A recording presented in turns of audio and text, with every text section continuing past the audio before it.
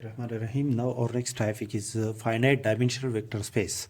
A vector space we over the field if is said to be finite dimensional vector space if there exists a finite basis of the vector space V over the field F.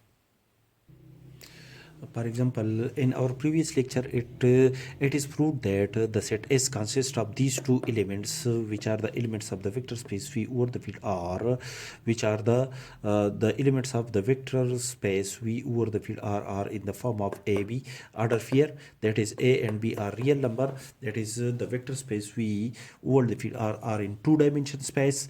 This it is proved that the set S is a basis of the vector space V over the field R. Also, the set S is a finite subset of the vector space V over the field R.